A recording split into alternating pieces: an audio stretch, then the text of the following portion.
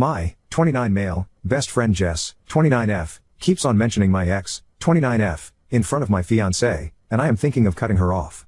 I want to know if I am overreacting, or if Jess is in the wrong. For context, Jess and I went to the same high school and the same college. We were friends in high school. However, since we both went to the same out-of-state college, we became best friends since then. We have always been there for each other during the best and worst times. However, things have always been platonic, and she is more like a big sister to me, who made sure I stay on the right track. I have only been in 2 long-term relationships so far. One was with my ex Lisa for 7 years. We met in college and dated all through our college years. Lisa and Jess also became good friends, too. After college, Lisa and I just grew apart and had different goals in life. I became boring after college as I was working on my PhD while doing a full-time job. Lisa broke up with me as she wanted to party on weekends, while I was home studying. I was heartbroken, but I don't think I ever blamed her or had resentment towards her, as I understood my decisions were selfish and should not hold her back from having the best life. Jess always stood by me and comforted me during that time. Jess and Lisa were good friends, and Jess always kept on telling me that Lisa loves me and will be back one day when I am ready. I foolishly held on to that hope and stayed friends with Lisa. That was until I met my fiancée Yang. After I finished my PhD, I got a nice job in a big tech company. Yang joined our team a year after me. We started going out for drinks and dinner, and we started dating seriously pretty soon. We are happy together, and financially in a great place. Needless to say, I stopped talking to Lisa after I started dating Yang. I proposed to Yang a year after we started dating and got engaged last year.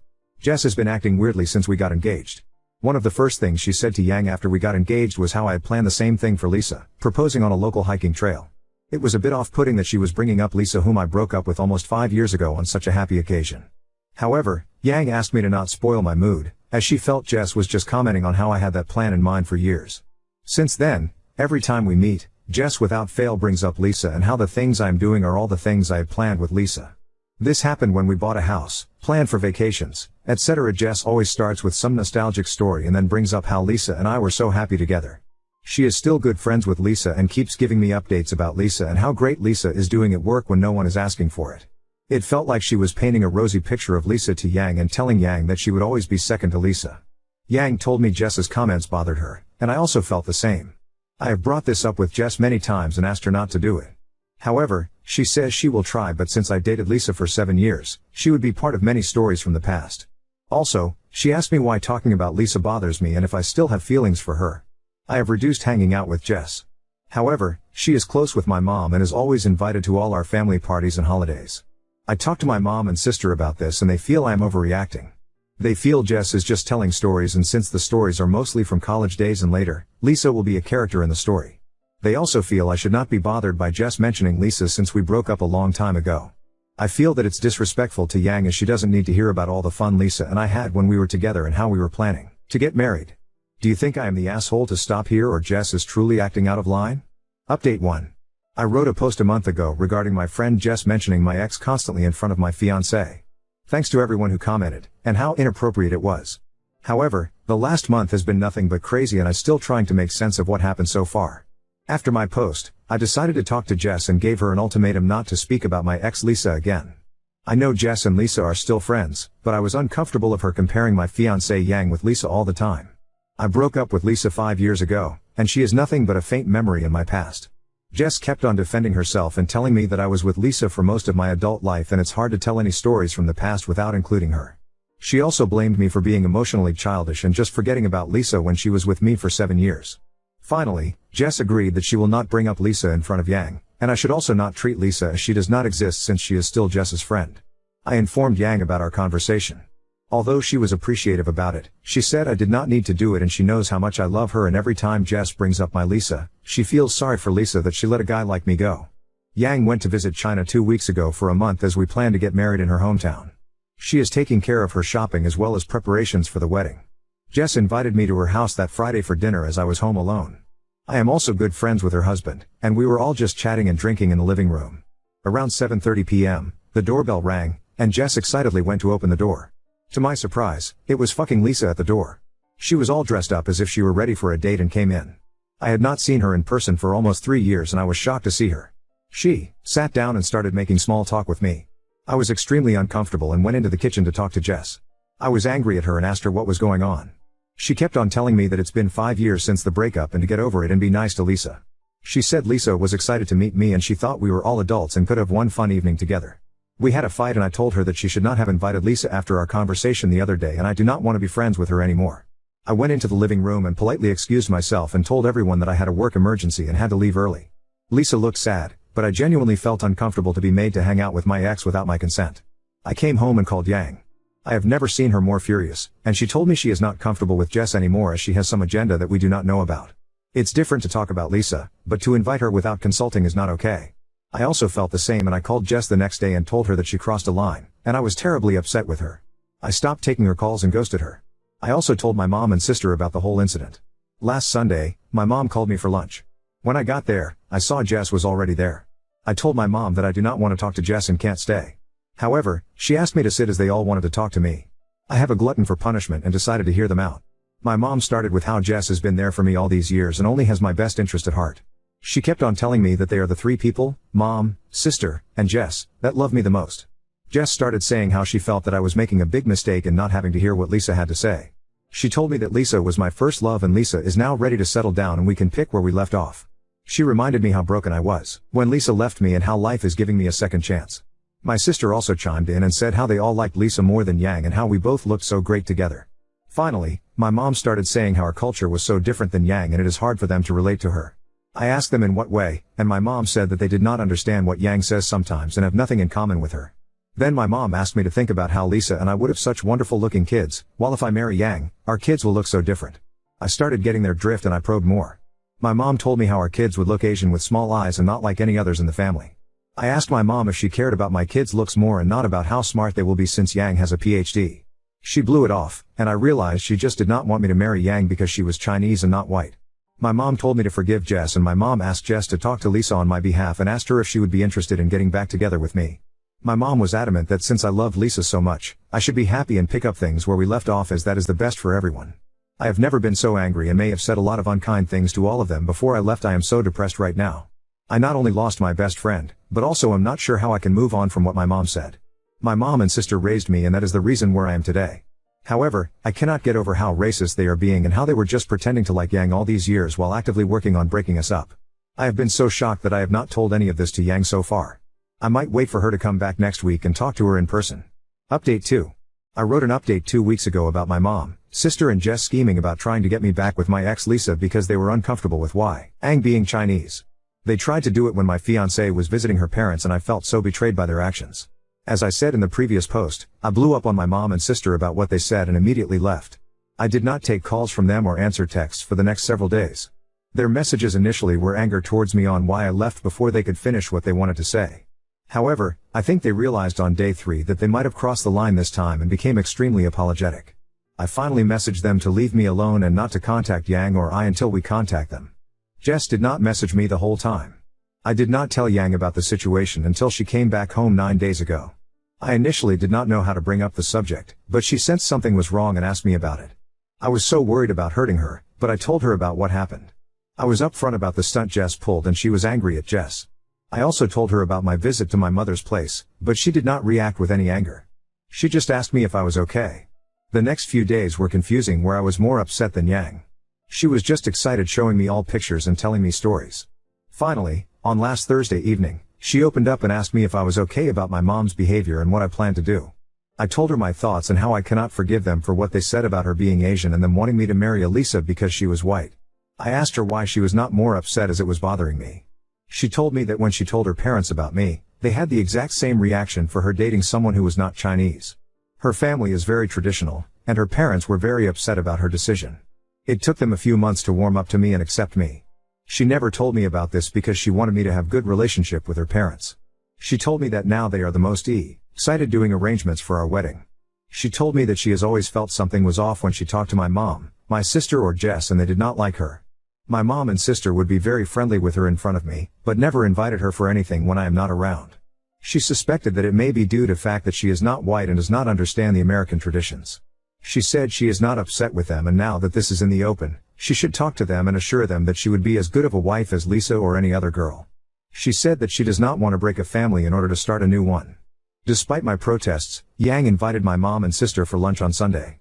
She said that it would be good for us to talk about everything and hear why they are concerned about her marrying me. I was really not happy with this, but Yang spent most of Sunday morning cooking for them.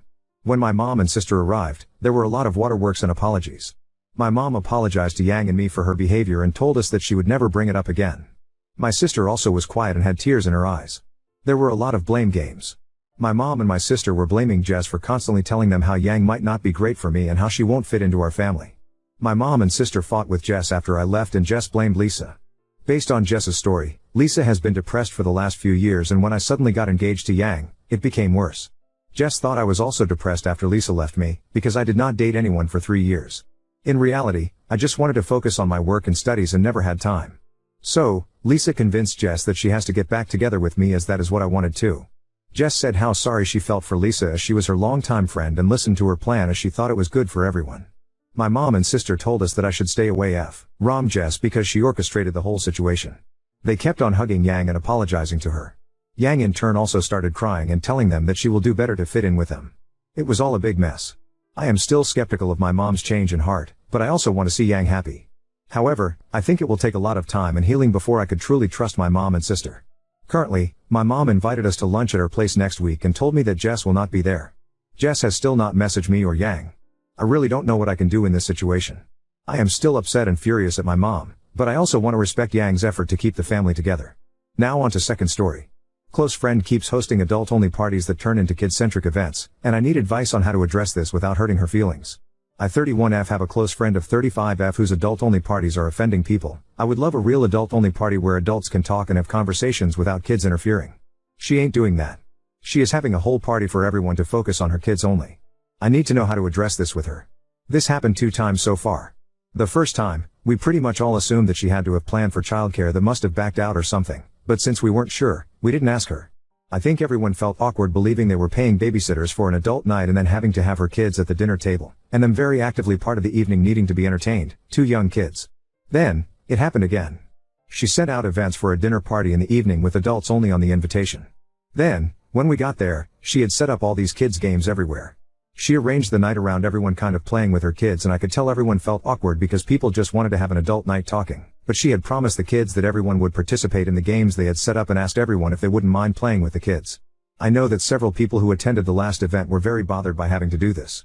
People were whispering on the side about how they had to pay a babysitter for the night and would have rather bring their kid along, and the kids could have just played games together if it's a family event.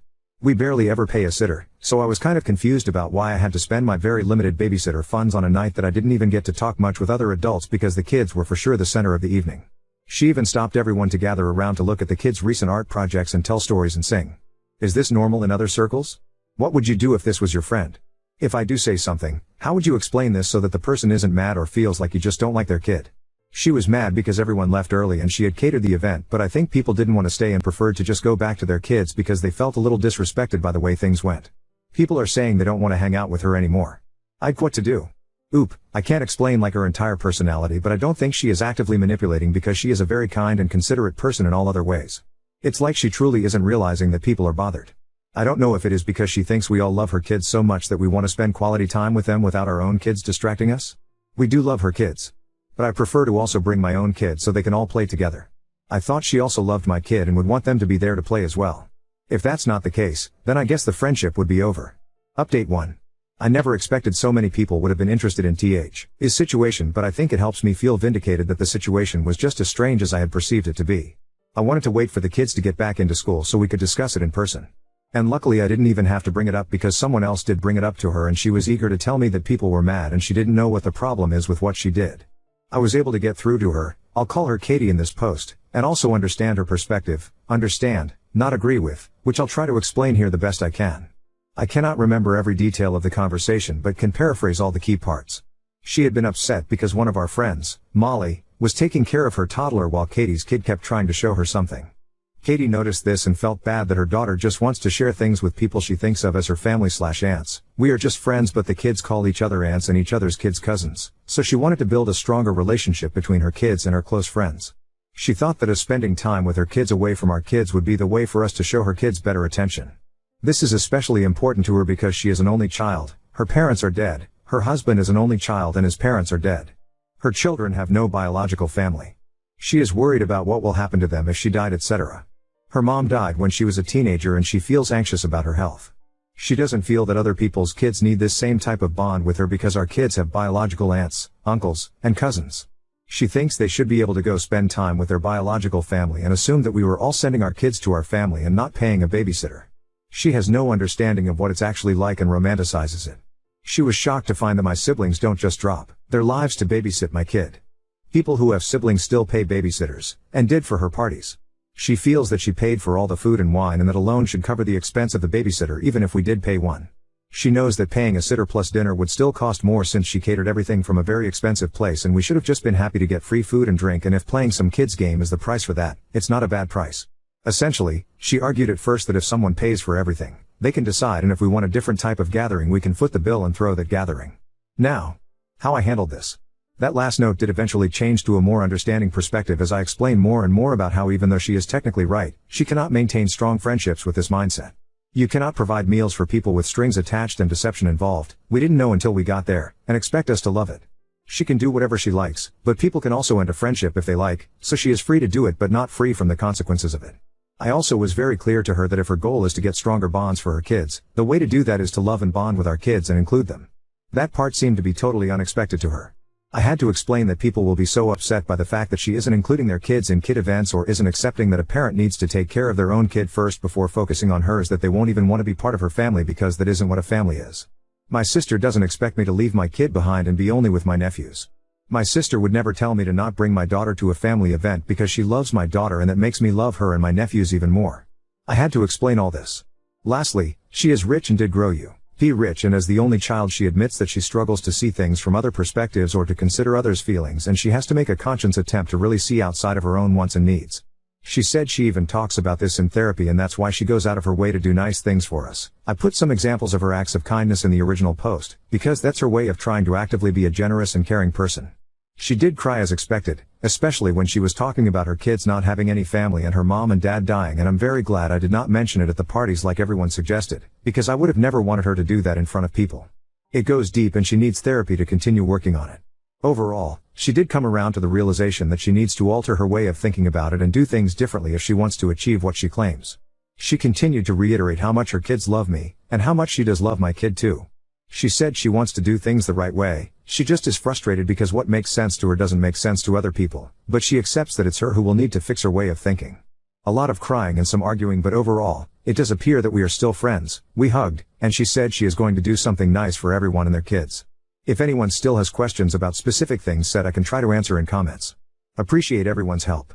I felt much better going into it knowing that I was not wrong for standing my ground on this. It went as well as I could hope. Tough at first but cooled down and became more emotional than an argument. I think she needs to continue therapy about her parents because she is holding on to a lot about her mom dying and her dad just used money to take the place of raising her after she died. Then he died too. There are some things that money can't buy, in this case social awareness.